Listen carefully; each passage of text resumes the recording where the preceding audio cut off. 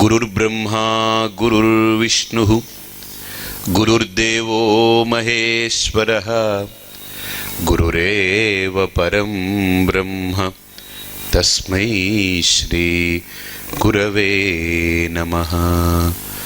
ఓం దయానందచరణౌ మనసా స్మరామి, దయానందచరణౌ శిరసా నమామి. బ్రాహ్మణుడికి తపస్సు, క్షత్రియుడికి యుద్ధము, వైశ్యుడికి దానము, శూద్రుడికి సేవ. సేవ అంటే వీళ్ళకి కాదు, సమాజంలో అన్నం పండించాలి, అది సేవ.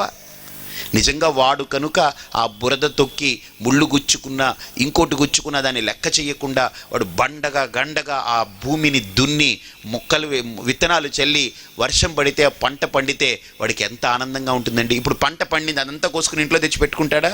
నో, అదంతా తీసి దంచి బియ్యం కింద ఆడించి సమాజానికి పంపిణీ, వాడికి కావాల్సింది పెట్టుకుంటాడు, మిగతా అంతా సమాజానికి పంపిణీ చేస్తాడు. అలాగనే వైశ్యుడు కూడా వ్యాపారం చేయాలి, సంపాదించాలి, తన కోసంగా, తన పొట్ట కాదు. తన పొట్ట తనకు శ్రీరామరక్ష అని ఇంత పెద్ద పొట్టలు పెంచుకుని తిరగడం కాదు. కాబట్టి తనకు కావలసిన ద్రవ్యాన్ని పెట్టుకుని మిగతా ద్రవ్యాన్నంతా సమాజంలోకి వినియోగించేయాలి. అలాగనే క్షత్రియుడు ఒక యుద్ధాన్ని చేసేటప్పుడు తన రక్షణ తను చూసుకుంటూ, తన ప్రజల యొక్క రక్షణ చూసుకుంటూ ధర్మ ప్రతిష్టాపన కోసం ప్రాణాన్ని కూడా అక్కడ పణంగా పెట్టాలి. అంతేకాదు ఒక బ్రాహ్మణుడు, వీడు చూడండి, వీడు తను బాగుండాలని కాదు. నిజంగా శంకరులు అంటారు బ్రాహ్మణుడు అంటే దరిద్రో బ్రాహ్మణ. బ్రాహ్మడికి కట్టుకునేదానికి మంచి బట్టలు కూడా ఉండవు. అందుకనే వాడికి ఒక చిన్న అంగవస్త్రం కట్టుకుని ఒక యజ్ఞోపవీతం, ఒక శిఖ, భస్మంతో జీవితం వెళ్ళిపోతుంది. వాడికి ఇంకేం అక్కర్లేదు. వాడు సుఖభోగాలకి వెళ్ళాడా బ్రాహ్మణుడు, తపస్సంతా నాశనం అయిపోతుంది. కాబట్టి ఏమీ లేకుండా ఉంటేనే బ్రాహ్మణుడు తపస్సు చేయగలడు. వాడికి అన్ని సుఖాలు భోగాలు రావడం మొదలెడితే వాడు 4 గంటలకు లేచి సంధ్యావందనం, జపము, అనుష్ఠానము, తపస్సు చేయవలసిన వాడు 8 గంటలకు లేస్తాడు. అబ్బాయి ఈరోజు సంధ్యావందనం చేయకపోతే పర్లేదులే అని టిఫిన్ తినేస్తాడు, కూర్చుంటాడు, హాయిగా పడుకుంటాడు, పేపర్ చదువుకుంటాడు, కాలక్షేపం చేస్తాడు. కాబట్టి బ్రాహ్మణుడికి సుఖభోగ త్యాగం చేయమంటుంది. సుఖాలని భోగాలని బ్రాహ్మణుడు త్యాగం చేస్తేనే తపస్సు నిలబడుతుంది. క్షత్రియుడు దేన్ని త్యాగం చేయాలి? శరీరాన్ని, ప్రాణత్యాగం చేస్తేనే ప్రజలు, ధర్మము సుస్థిరంగా ఉంటుంది. వైశ్యుడు దేన్ని త్యాగం చేయాలి? తన యొక్క పరివారం కోసం తను బ్రతకడం కాకుండా సమాజం కోసం బ్రతకాలి. పరివారాన్ని త్యాగం చేస్తేనే వైశ్యుడు అన్ని చోట్లకి వెళ్ళగలడు. అంతే కదండి. ఎగుమతులు, దిగుమతులు, ట్రాన్స్పోర్టు, ఇంపోర్టు, ఎక్స్పోర్ట్ ఇవన్నీ చేసుకోవాలి. వాడు ఇంట్లో కూర్చుంటే ఎలాగా? వాడు అన్ని దేశాలు తిరుగుతూ ఉండాలి. కాబట్టి కుటుంబాన్ని త్యాగం చేస్తేనే వైశ్యుడు అన్ని చోట్లకి వెళ్ళగలడు. వాడు ఈ వ్యాపారం చేయగలడు, డబ్బు సంపాదించగలడు, సమాజాన్ని కాపాడగలడు. శూద్రుడు దేన్ని త్యాగం చేయాలి? బాగా ఆలోచించండి. బ్రాహ్మణుడు సుఖభోగాల్ని త్యాగం చేయాలి, క్షత్రియుడు ప్రాణాన్ని త్యాగం చేయాలి, వైశ్యుడు కుటుంబాన్ని త్యాగం చేయాలి. శూద్రుడు దేన్ని త్యాగం చేయాలి? శ్రమను త్యాగం చేయాలా? శ్రమ చెయ్యాలి, సేవ చెయ్యాలి. త్యాగం దేన్ని చెయ్యాలి? బాగా ఆలోచించండి. వాడు భగవంతుని విస్మరించినా పర్లేదు. ఎందుకని? వాడికి సమాజమే పరమాత్మ. కాబట్టి అందుకని శూద్రుడు కూర్చుని జపాలు చేయండి, తపస్సు చేయండి అంటే ఇక్కడ మనకు ఎవరికి అన్నం దొరకదు. వాడు కూర్చుని జపం చేస్తూ కూర్చున్నాడు అనుకోండి, అన్నం దొరకదు. వాడు పరమాత్ముని త్యాగం చేసినా పర్లేదు, సేవని మటుకు విడిచిపెట్టకూడదు. తను నిర్వర్తించవలసినటువంటి స్వధర్మం కోసం భగవంతుని కూడా త్యాగం చేయొచ్చు, ఇబ్బంది లేదు. ఎందుకని? వాడికి భగవంతుడు ఎవడో కాదు, పచ్చగా కలకలలాడుతూ ధాన్యపు వరి అలాగా ఆ పచ్చని పంటలో కనిపిస్తే అదే భగవంతుడు. ఒక శూద్రుడికి భగవంతుడు నిజంగా కంటి నిండా ఆనందం ఎప్పుడు వస్తుందంటే ఒక రైతుకి పాడి పంట చక్కగా ఉండి ఆవులు అలా పాలు పితుకుతూ, మంచి బహుపుష్టిగా ఆవు ఉండి పాలు పితుకుతూ ఆవు ఆనందంగా ఉండి, భూమి కూడా బాగా పులకించి బాగా పంటలు పండి పచ్చటి పైరుతోటి చక్కటి ధాన్యం విలసిల్లిందనుకోండి, అంతకంటే దేవుడు ఎవడు లేడు వాడికి. అదే దైవం వాడికి. కాబట్టి ఈ రకంగా ఈ 4 వర్ణాలకి కూడా ఈ ధర్మాలు చెప్పబడింది. అర్జున, ఈ ధర్మాలను నువ్వు మానుకోకూడదు. కాబట్టి ఈ 4 వర్ణాల్లో క్షత్రియుడిది చాలా కీలకమైన ధర్మం. ఎందుకని? ప్రాణత్యాగానికైనా వాడు సిద్ధపడాలి. మిగతా వాళ్ళు ఎవరు ప్రాణత్యాగం చేయక్కర్లేదు, వీడు ప్రాణత్యాగం చేయాలి. ఎందుకని? వాడికి ఆ స్థితిని ఇచ్చింది. అందుకనే క్షత్రియ శబ్దానికి అర్థం ఏంటంటే క్షతం, దుఃఖం. కాబట్టి క్షతం అంటే దుఃఖం. క్షతగాత్రులు అంటారు కదా. క్షతగాత్రులు అని అంటే దుఃఖంతో బాధపడేటువంటి వాళ్ళు, దుఃఖితులైన వాళ్ళు. కాబట్టి క్షతం అంటే దుఃఖం. దుఃఖాత్ ప్రజాన్ త్రాయత ఇతి క్షత్రియ. ప్రజలందరినీ దుఃఖం నుంచి బయటపడి వాళ్ళకి సుఖాన్ని, ఆనందాన్ని పంచగలిగిన వాడే క్షత్రియుడు. కాబట్టి అర్జున, ఈరోజు నీ కర్తవ్యం అది, నువ్వు చేసి తీరాలి. ఒక క్షత్రియుడు తన ధర్మాన్ని నిర్వర్తించకపోతే స్వధర్మాన్ని, అది అధర్మం. ఒక బ్రాహ్మణుడు తపస్సు విడిచిపెట్టాడు అనుకోండి, ఇంకేదో చేశాడనుకోండి, అది అధర్మమే. తపస్సుని విడిచి ఏదైనా చేస్తే బ్రాహ్మణుడికి అది అధర్మం. యుద్ధాన్ని మరచి క్షత్రియుడు భోగలాలసునే పడుంటే ప్రాణత్యాగం చేయడానికి కూడా భయపడిపోయి వాడు వెనుతిరిగి వాడు నాకు రాజ్యం కావాలి, నాకు దాసదాసీలు కావాలి, రాణులు బాగుండాలి, నేను సుఖంగా వాళ్ళతో ఉండాలనుకుంటే అది స్వధర్మం కాదు, అధర్మం. ఒక వైశ్యుడు ధనాన్ని బాగా సంపాదించి వాడి వరకే మూటలు కట్టి కుట్టలు పేర్చుకుపోతే అది అధర్మం. వాడు దానం చేయడానికే సంపాదించాలి. ఇంకెందుకండి ఆ సంపాదన? 10 మందికి ఉపయోగపడిన సంపాదన ఎందుకు? నీ దగ్గర పెద్ద గుట్టలు చేరిపోయాయి, డబ్బు, బంగారం, డబ్బు, నగలు, వెండి, గిండి అన్నీ చేరిపోయాయి. ఎందుకు? ఆఖరికి తీసుకెళ్ళి తిహార్ జైల్లో తోస్తుంది. అది కట్టలు గుట్టలు పెంచి తిహార్ జైలుకి వెళ్ళి కూర్చోవడం ఆఖరికి. లేకపోతే ఈ కొడుకు ఏం చేస్తాడు, వీడు పోవట్లేదని కర్ర తీసి బుర్ర మీద ఒకటేస్తాడు. వీడు చచ్చిన ముసలోడు చావట్లేదు, ఎన్ని అలా పెట్టు కూర్చున్నాడు, వీడు కూడా డ్రాకులు అలా కూర్చున్నాడు అక్కడ, రాబందులాగా వీడు తొలగట్లేదు ఇక్కడ అని అవుతాడంతే. మీరు పెంచే కొద్దీ అది మిమ్మల్ని మీ ముప్పుకే మీరు పెంచుకుంటారంతే. పెంచింది ఎప్పటికప్పుడు మనం కనుక డిస్ట్రిబ్యూట్ చేయడం మొదలు పెట్టేస్తే ఇంకా పెరుగుతూ ఉంటుంది. అర్థమైందండి? కాబట్టి దాన్ని పెంచే కొద్దీ ఆ పెంచి అది మన ముప్పుకే మనం పెంచుకుంటూ పోతాం. కాబట్టి పెరిగింది ఏదైనా సరే పంచుకుంటూ పోవడమే. 10 మంది 100 మంది పరమాత్మను ఒకటే కోరుకోవాలి. పరమాత్మ ఈరోజు 10 మందికి భోజనం పెట్టే అవకాశం ఇచ్చావు, నాకు రేపు 100 మందికి పెట్టే అవకాశం ఇవ్వు, ఎల్లుండి 1000 మందికి పెట్టే అవకాశం ఇవ్వు, తర్వాత 10,000 మందికి పెట్టే అవకాశం. అది కావాలి ఒక వ్యక్తికి, ఒక దాతకి. అంతేగాని నేను ఇచ్చానని ఇచ్చిన దాన్ని 100 రోజులు చెప్పుకుంటూ కూర్చోవడం కాదు. ప్రతిరోజు ఇచ్చుకుంటూ పోవాలి. ఇచ్చింది ఆ రోజే మర్చిపోవాలి. ఈరోజు ఇచ్చామనంటే ఆ రోజే మర్చిపోవాలి. ఈరోజు ఇచ్చామనంటే అది మర్చిపోగలగాలి. ఎందుకనేది మనం కాదు, పరమాత్ముడు చేయించాడు. అది పరమాత్ముడు చేయించుకున్నాడు. గుర్తుపెట్టుకోండి, ఈ లోకంలో నారాయణుడికి 2 భార్యలు, మహావిష్ణువుకి. ఎవరెవరు తెలుసండి? ఒకటి లక్ష్మీదేవి, ఒకటి భూదేవి. అవునా? భూదేవి అని అంటే స్థిరాస్తి, లక్ష్మీదేవి అంటే చరాస్తి. కాబట్టి ఈ ప్రకృతిలో ఉండే చరాస్తి అంతా లక్ష్మీదేవి ఇక్కడ ఉంటుంది, స్థిరాస్తి అంతా భూదేవి ఇక్కడ ఉంటుంది. కాబట్టి ఆయనదే ఈ భూమి నాది అన్న పక్కున నవ్వు, దానహీనుంచూచి ధనము నవ్వు, కథనహీనుంచూచి కాలుండు నవ్వురా విశ్వదాభిరామ వినురవేమ అంటాడు. నా దగ్గర డబ్బు ఉందనుకోండి, నేను 10 మందికి ఇవ్వడానికి నాకు గుండె రాకపోతే ఆ డబ్బు వీడిని వెక్కిరిస్తుంది. దరిద్రుడా, ఒరే పిరికివాడా, నన్ను ఇలాగ పట్టుకు వేలాడుతున్నావు, ఇది నేనే నిన్ను ముంచుతానని ముంచుతుంది అది. అందుకనే మన టైలర్స్ దగ్గరికి ఎప్పుడైనా మనం షర్టు కుట్టమని ఇచ్చామనుకోండి, పాకెట్ ఎక్కడ పెడతారండి? గుండెకాయ దగ్గర పెడతారు, ఇక్కడ పెడతారు, గుండెకాయ దగ్గర పెడతారు. ఎందుకనంటే పాకెట్లో ఏముంటుంది? డబ్బు ఉంటుంది. అర్థమైందా? లక్ష్మి అక్కడ ఉంటుంది, గుండె కావాలి దాన్ని బయటికి పంపడానికి. అందుకనే ధనం వెనక గుండె ఎందుకు ఉందనంటే, మనకు అక్కడ పాకెట్ పెట్టి ఎందుకు డబ్బులు అక్కడ పెట్టి లక్ష్మి వెనకాల గుండె ఉందనంటే, ఆ వితరణ చేయడానికి దమ్ము ఉండాలి మనిషికి. డబ్బు ఇవ్వడానికి దమ్ము ఉండాలండి. సంపాదించడానికి ప్రారంధం చాలు, కానీ ఇవ్వడానికి వ్యక్తి యొక్క పురుషార్థం ఉండాలి, వాడికి దమ్ము ఉండాలి. ఓ దానం చేయాలంటే, ఒక యజ్ఞం చేయాలి, ఒక మంచి కార్యక్రమం, ఇంత కార్యక్రమం జరుగుతుందనుకోండి, ఒక్కడే వచ్చి స్వామి నేను ఒక్కడే నిలబడి చేస్తాను, దమ్ము ఉండాలి దానికి. ఆ దమ్ము లేకపోతే ఆ డబ్బు వాడిని కూడా వెక్కిరిస్తుంది, ఏదో రోజు నిన్ను ముంచేస్తానులే పక్కకు పోంటుంది. కాబట్టి ధార్మికమైన కార్యాలకి ధనం వినియోగపడుతూనే ఉండాలి. ధర్మ కార్యాలకు ఎప్పుడు ధనం వినియోగపడుతూనే ఉండాలి. ధనం మురిగిపోవడానికి, కుళ్ళబెట్టడానికి, కూడబెట్టడానికి ధనం కాకూడదు. ధనం బయటికి వెళుతూ ఉండాలి, ధర్మ కార్యాలకు వినియోగం అవ్వాలి. ఒకవేళ మనం మురగబెట్టి, కుళ్ళబెట్టి, కూడబెట్టామా, అది మనల్ని ముంచుతుంది. ఒకరోజు ధనమే మనల్ని నాశనం చేస్తుంది. అర్థమైందా? కాబట్టి ఇక్కడ వైశ్య ధర్మం, అది శూద్ర ధర్మం, సేవా ధర్మం. కాబట్టి ఈ ధర్మాలన్నింటినీ కూడా వదిలి అర్జున ఈ స్వధర్మాలు విడిచిపెడితే వాడు అధర్మం అవుతుంది. అధర్మం ఎప్పుడైతే మొదలైందో, యదా యదా హి ధర్మస్య గ్లానిర్భవతి భారత అభ్యుత్థానమధర్మస్య తదాత్మానం సృజామ్యహం పరిత్రాణాయ సాధూనాం వినాశాయ చ దుష్కృతాం ధర్మ సంస్థాపనార్థాయ సంభవామి యుగే యుగే. వ్యక్తులు ఎప్పుడైతే వాళ్ళ స్వధర్మాల్ని విడిచారో అదంతా అధర్మం అయిపోతుంది. అధర్మం ఒక్కసారి పెరిగింది అనుకో, పాపం పెరిగిందనుకో, అధర్మం పెరిగిందనుకో, దాన్ని ఆ కొండని చీల్చడానికి నేను బయటకు వస్తాను, నేను ఆవిర్భవిస్తాను. ఆ అధర్మాన్ని ఎక్కడ పెట్టాలో అక్కడ పెట్టి ధర్మానికి ఒక ప్రతిష్టాపన చేసి వెళతాను. కాబట్టి ఇక్కడ అర్జున ఈ స్వధర్మాన్ని విడిచిపెట్టద్దు అని ఇక్కడ చెప్తున్నారనమాట. యదృచ్ఛయాచోపపన్నం స్వర్గద్వారమపావృతం సుఖినః క్షత్రియాః పార్థ లభంతే యుద్ధమీదృశం. యదృచ్ఛయాచ ఉపపన్నం స్వర్గద్వారమపావృతం సుఖినః క్షత్రియాః పార్థ లభంతే యుద్ధమీదృశం. ఇప్పుడు ఒక క్షత్రియుడికి ఏంటంటే ఇచ్చిన గొప్ప ఫెసిలిటీ ఏంటంటే, క్షత్రియుడికి ధర్మశాస్త్రం ఒక ఫెసిలిటీ ఇచ్చింది భగవంతుడు. బ్రాహ్మణుడికి ఇవ్వలేదు, వైశ్యుడికి ఇవ్వలేదు, శూద్రుడికి ఇవ్వలేదు, ఒక క్షత్రియుడికి ఇచ్చింది. ఎందుకు తెలుసా అండి? వీడు ప్రాణాన్ని త్యాగం చేసి కదా ధర్మంలో నిలబడ్డాడు.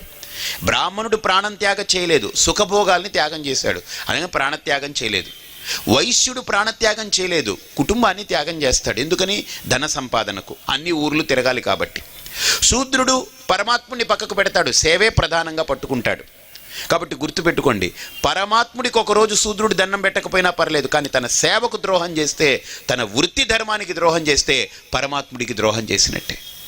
అందుకనే పూర్వం రోజుల్లో పాటలు కూడా నిజంగా ఆ పొలాల్లో కలుపు మొక్కలు పీకుతూ లేకపోతే నారు నాటుతూ కూడా మంచి మంచి పాటలు, భగవన్నామం చెప్పుకొని పాటలు పాడుకుని చక్కగా చేసేవారు వాళ్ళు. అంటే భగవంతునే విస్మరించరు, వాళ్ళు చేసే పనిలో భగవన్నామం చెప్పుకుంటూ చేస్తూ ఉంటారన్నమాట. కాబట్టి బ్రాహ్మణుడికి కానీ వైశ్యుడికి కానీ శూద్రుడికి కానీ ఇవ్వని గొప్ప ఫెసిలిటీ క్షత్రియుడికి ఇచ్చింది. ఎందుకనంటే వాడు తన ప్రాణాన్ని త్యాగం చేసి యుద్ధంలో నిలబడ్డాడు. ఇప్పుడు ముందు కొడితే వాడిని కొట్టేస్తారు, వాడు పోతాడు. అందుకని క్షత్రియుడికి ఏంటంటే ఒక ఫెసిలిటీ ఏంటంటే యదృచ్ఛయాచ ఉపపన్నం స్వర్గద్వారం అపావృతం. అర్జున, నీకు స్వర్గద్వారం తెరిచిపెట్టింది క్షత్రియుడికి. ఎందుకని? యుద్ధంలోకి వెళ్ళావు కాబట్టి. యుద్ధం అనేది నువ్వైనా పోవచ్చు, వాడైనా పోవచ్చు, ఇద్దరిలో ఎవడో ఒకడు పోతాడు. కాబట్టి పోయిన వాడికి ఈ లోకం ఉండదుగా, ఈ లోకంలో వాడు బతకడుగా, ఇక ఈ లోక సుఖాలు ఉండవుగా. అందుకని వాడికి స్వర్గ సుఖాలు అందిస్తాం మేము. కాబట్టి పరమాత్ముడి క్షత్రియుడికి ఒక మంచి ఫెసిలిటీ ఇచ్చాడు. నువ్వు ఒకవేళ ప్రాణం కోల్పోతే యుద్ధంలో ధర్మ ప్రతిష్టాపనకి, ప్రజా సంక్షేమానికి నిలబడి, ధర్మ ప్రతిష్టాపనకు నిలబడి, నీ స్వధర్మమైనటువంటి క్షత్రియ ధర్మాన్ని ఆదరించి నిలబడితే నీకు స్వర్గద్వారం తెరిచిపెట్టి ఉంచుతుంది. నీ ప్రారంధం, నీకు కర్మశేషముండి నువ్వు బ్రతికావనుకో, వాడిని ఓడించావనుకో, రాజ్య సుఖాల్ని పొందొచ్చు. లేదు నువ్వు పోయావనుకో, దేహం విడిచిపెట్టావు, దాన్ని విడిచిపెట్టే కదా అక్కడికి వెళ్ళాం మనం. యుద్ధానికి వెళ్తున్నావు అంటే దేనికి వెళ్తున్నట్టండి? ప్రాణం పక్కన పెట్టే పోతున్నాం. వస్తే ఓకే, వేరే తిలకం దిద్దు, లేకపోతే ఓకే, బాజా భజంత్రీలు మార్చి కొట్టాలంతే. వస్తే ఒకలా కొడతారు, పోతే ఇంకోలా కొడతారు. కాబట్టి రెండిటికి ప్రిపేర్ అయ్యే 2 రకాల బాజా భజంత్రీలు తయారు చేసి పెట్టే రాజు యుద్ధానికి వెళ్ళాలి. అర్థమైందండి? ఒకవేళ తిరిగి వచ్చాడనుకోండి, అక్కడ బాజా భజంత్రీలు, మంగళ వాయిద్యాలు, ఆ సన్నాయి మేళాలు, మంచి మంచి అద్భుతమైనటువంటి రాగాలతోటి నృత్యాలు, వేడుకలు, పూలు చల్లుకోవడం బ్రహ్మాండంగా చేసుకుంటా రాజుగారిని అంబారి మీద ఎక్కించి తీసుకొస్తారు.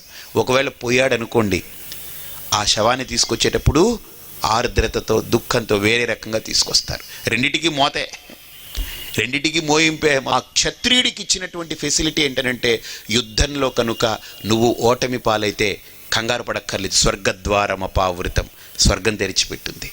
లేదు గెలిచావనుకో, రాజ్యాన్నంతా మళ్ళీ సుభిక్షంగా ప్రజలందరినీ ఆనందింపజేసే రీతిలో ప్రజా సంక్షేమాన్ని నిలబెట్టుకో.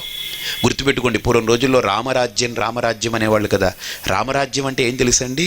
రాజ్యంలో 100 మంది ఉంటే 100 మంది ఓట్లకి ఇస్తే 100 మందిలో 99 మంది రాముడు రాజుగా ఉండాలని అని, ఒక్కడు రాముడు రాజుగా ఉండకూడదని అంటే రాముడు రాజు కావడానికి లేదంతే, దిగిపోవాలి. 100 మందికి 100 మంది వాడిని ఒప్పుకుంటేనే వాడు రాజు, వాడే ప్రభు అవుతాడు. అది రామరాజ్యంలో ఉండేటువంటి ప్రధానం. ఈరోజు మనందరం రామరాజ్యం వచ్చింది, మనకు రామరాజ్యం వచ్చిందని డప్పు వాయించుకుంటున్నాం. రామరాజ్యం అంటే అసలు వేసే ఓటే 60%, 70% పోల్ అవుతున్నాయి. దాంట్లో వీడికి పడేది 20%. ఒక 8 పార్టీలు ఉన్నాయి, అందరూ తలో ముక్క పీక్కుపోయి వీడికి వచ్చేదేమో 20,000 ఓట్లు వస్తాయి, వీడు గెలుస్తాడు, వీడు అక్కడ మనకు మంత్రో లేకపోతే ముఖ్యమంత్రో ప్రధానమంత్రో రాష్ట్రపతి ఏదో అవుతున్నాడు, ప్రభు అవుతున్నాడు మనకు. అంటే మనకు భారతదేశంలో 100 కోట్ల జనాభా ఉంటే 100 కోట్ల మందిలో సపోజ్ 110 కోట్లు ఉన్నారు ఇప్పుడు.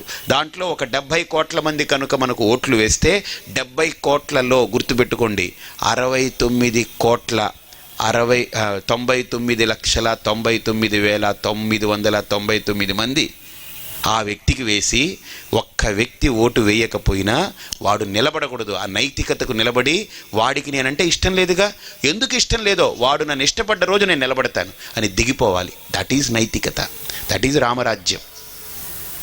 అంతేకాదు, రాముడు ఏదో ఒక వర్గానికి మేలు చేయడం కోసం ఇంకో వర్గాన్ని అనగదొక్కడం కోసం సంక్షేమ పథకాలు ఏం తీసుకురాడు రాముడు. ఏ పథకాన్ని తీసుకొచ్చినా రాముడు ఆ పథకంతో సమాజంలో ఉండే ఏ వర్గము ఇబ్బంది పడకూడదు అన్ని ఆలోచనలు ఉన్నాయి రాముడి దగ్గర. అందుకనే రామో విగ్రహవాన్ ధర్మ సాధు సత్య పరాక్రమ. రాముడి యొక్క లక్షణం అది. రాముడికి తెలుసున్నటువంటి ధర్మం ఈ లోకంలో వేరే ఏ మానవాళికి తెలియదు. అందుకనే ధర్మానికి ఒక రూపం ఇస్తే అది సాక్షాత్తు శ్రీరామచంద్రుడే. రాముడికి మించినటువంటి దైవం లేదు. రామాన్నాస్తి పరాయణం పరతరం రామస్య దాసోస్మ్యహం. అన్ని ధర్మాలు తెలుసున్న వ్యక్తి దుఃఖాన్ని కుంగిపోయిన తన మనస్సుని కూడా దిగమింగుకొని సీతను వదులుకున్నాడే కానీ ప్రజలను వదులుకోలేదు. అది రాముడి యొక్క లక్షణం. ఈరోజు భార్య కోసం ప్రజలను నమ్మేస్తాం మనం. పెళ్ళాం బాగుండాలి, పిల్లలు బాగుండాలి, తన ఇల్లు కావాలి, తనకు మేడలు కావాలి, కాబట్టి ప్రజలందరూ ఎలా పోతే మనకేంటి, గొర్రెలు వేస్తూ పోతూ ఉండడం అంతే. రీపింగ్ చేసుకుంటూ పోవడమే. క్రాప్ కోసుకుంటాం కదండి, అలాగ మొత్తం కోసుకుంటూ పోవడమే కోత. కాబట్టి ఆ రోజు రాముడు తన ప్రజల కోసం భార్యని పంపించేశాడు. పిల్లలకి దూరమయ్యాడు. రాజ్యమే నాకు ముఖ్యం, నా ప్రజలే నాకు పిల్లలు అనుకున్నాడు. నా రాజ్యమే నా ఇల్లు అనుకున్నాడు. తన అంతఃపురాన్ని తన ఇల్లుగా చూడలేదు. అయోధ్య నామనగరి తత్రాసీల్లోక విస్తృత మనునా మానవేంద్రేణ యా స్వయం నిర్మితాపురి అని అంటారు. కొన్ని యోజనాలకి విస్తరించినటువంటి అయోధ్య నగరాన్ని తన ఇల్లు అనుకున్నాడు. ఆ అయోధ్య నగరంలో ఉండేటువంటి ఆ రాజ్యంలో ఉండేటువంటి ప్రతి వ్యక్తి తన కొడుకు, ప్రతి స్త్రీ తన కూతురు అనుకున్నాడు. అది రాముడి యొక్క రాజ్యం. ఇప్పుడు పెద్ద కొడుకు ఒకలాగా, చిన్న కొడుకు ఒకలాగా, మూడో కొడుకు ఒకలాగా ఎవడన్నా పంచుతారా ఇంట్లో? పంచరు. ఒకవేళ పంచితే వీడి తలకాయ పగలగొట్టాలి, ఎందుకని అధర్మం అది. అలాగనే సమాజంలో అట్టడుగు వర్గం కానీ, బలహీన వర్గం కానీ, అణగారిన వర్గాలు కానీ ఉండడానికి లేదు రాముడి యొక్క రాజ్యంలో. అన్ని వర్ణాలు, అన్ని వర్గాలు సమానంగా పనిచేయవలసిందే. ఒక వ్యక్తికి కాళ్ళు ఎంత ముఖ్యమో, చేతులు ఎంత ముఖ్యమో, ముక్కు ఎంత ముఖ్యమో, కళ్ళు ఎంత ముఖ్యమో, పొట్టెంత అన్ని ఇంద్రియాలు, అన్ని అవయవాలు ఎలా ముఖ్యాలో, అన్ని ఇంద్రియాలు తన స్వధర్మాలు నిర్వర్తిస్తూ ఉంటే ఒక వ్యక్తి హాయిగా ఎలా బ్రతకగలడో, అలాగనే రాజ్యంలో అన్ని వర్గాలు, అన్ని వర్ణాలు, అన్ని కులాలు అందరూ కూడా సమంగా ఆనందంగా ఉండగలిగినప్పుడే రాముడు కూడా తన యొక్క రాజ్యంలో సుఖంగా ఉండగలడు. అది రాముడి యొక్క నైతికత, అది రాముడి యొక్క ధర్మం. ఆ ధర్మాన్ని గుర్తుపెట్టుకుంటే క్షత్రియ ధర్మం అంటే సామాన్యం కాదండి. క్షత్రియ రాజు అంటే ఎవరండి? సాక్షాత్తు భగవంతుడే, ప్రభు అంతే. ఇప్పుడు మనకు ముఖ్యమంత్రి ఉన్నాడు అనుకోండి, ఎవరైనా దేవుడితో సమానంగా దేవుడే. ఎందుకంటే మనం ఎంచుకున్నాం, మనల్ని కాపాడు, మమ్మల్ని నువ్వే కాపాడాలి, మమ్మల్ని నువ్వే రక్షించాలని దేవుడి స్థానంలో కూర్చోబెట్టాం. దేవుడికి దయ ఉండాలి, నిర్దయ ఉండకూడదు. దేవుడికి నిర్దయ కూడా ఉండాలి. ఎప్పుడు ఒక తప్పు చేస్తే ఆ తప్పు సమాజాన్ని కనుక హింసించబోతుంది, ఆ తప్పు సమాజానికి విషాన్ని చేకూర్చబోతుందనంటే నిర్దయగా అక్కడ చంపాలా, వాడిని ఉంచాలా ఆలోచించుకోవాలి. అదే దయ ఉండాలి. దేవుడికి దయ ఉండాలి, నిర్దయ ఉండాలి, రెండూ ఉండాలి. నిర్దయ దేని మీద ఉండాలి? హింస మీద ఉండాలి. దయ దేని మీద ఉండాలి? అహింస మీద ఉండాలి. సత్యం పట్ల దయ ఉండాలి, అసత్యం పట్ల నిర్దయ ఉండాలి. నిర్దయతతో దాన్ని తీసి అవతల పారేయాలి ఆ సత్యాన్ని. కాబట్టి అలాగనే ఒక ముఖ్యమంత్రి కానీ, ఒక ప్రధానమంత్రి కానీ, ఒక రాష్ట్రపతి కానీ, వీళ్ళందరూ ఎవరు? దేవతలు వీళ్ళు. That's it. They are defined as gods. You have given them the status of god. మనమే ఇచ్చాం వాళ్ళకి ఆ దేవతల స్థితి, మనమే ఇచ్చాం వాళ్ళకి. వాళ్ళు దేవుళ్ళు. వాళ్ళు కనుక ఒక చట్టం చేస్తే మనం ఒప్పుకోవాలి. కానీ వాళ్ళు ఆ చట్టాన్ని చేసేటప్పుడు ప్రజలు బాధపడతారా లేదా? ప్రజలను నేను బాధపరుస్తున్నానా? నేను ప్రజల్ని బాధపరిచి నా స్వార్థం కోసం, నా కుతంత్రం కోసం, నా కుళ్ళుని, నా కుతంత్రాన్ని, నా ఈర్ష్యాద్వేషాల్ని సంతృప్తిపరచడం కోసం ఈ చట్టం చేస్తే అందులో ఏ ఒక్క వ్యక్తి అయినా దుఃఖితుడైతే నాకు 100 జన్మలు కాదు 1000 జన్మలు ఎత్తినా నాకు మళ్ళీ నిష్కృతి లేదు. అది కూడా ధర్మశాస్త్రం చెప్పింది.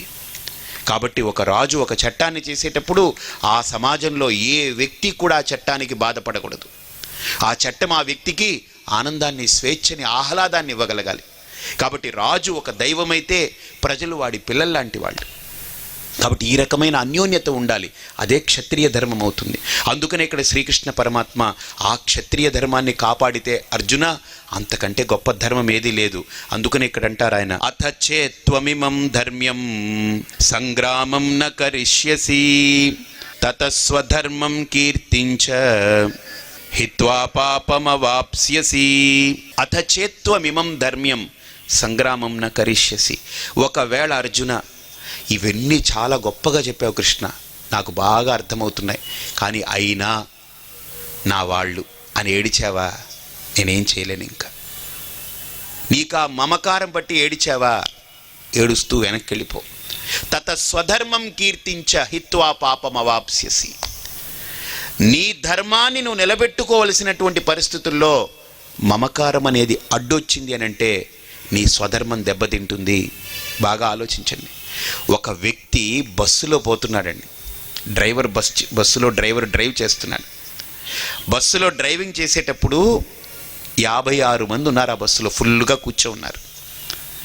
రాత్రిపూట ఇది మనం గేదె ఉంది కదా, పాలు పితుక్కుంటాం, గేదె రోడ్డుని క్రాస్ చేస్తుంది. ఇతను బ్రేక్ కొడితే ప్రమాదం, బ్రేక్ కొట్టకపోతే గేదె చచ్చిపోతుంది. ఇతను ఏం చేశాడంటే చూడండి, ఆలోచించాడు. ఇది నాకు అర్థం కావట్లేదు, అయ్యో గేదె, దీన్ని ఎలా కొట్టగలను, జంతువు పాపం నోరు లేనిది, అది మనిషి అయితే బుర్రలేదాన్ని తిట్టచ్చు, దాన్ని తిట్టలేం అని బస్సుని ఇలా కోసాడు, తిప్పాడు. చీకటి తెలియలేదు, టిల్ట్ అయింది. బస్సు మూడు పల్టీలు కొట్టింది. 56 మందిలో 30 మంది చచ్చిపోయారు. డ్రైవరు చచ్చిపోయాడు. 26 మందికి తీవ్రమైన గాయాలు కలిగాయి. కానీ డ్రైవర్ యొక్క ఆలోచన ఏంటి, అయ్యో గేదె, దీన్ని కొడితే పాపం అనుకున్నాడు. కానీ లోపల 56 గేదెల కంటే ఇంకా చాలా విలువైనవి కూర్చున్నాయి. బయట ఒక్క గేదె గురించి ఏడిచాడు, లోపల 56 + 1, ఇవన్నీ పోలేదు. కాబట్టి డ్రైవర్కి ఆలోచన కలగాలి.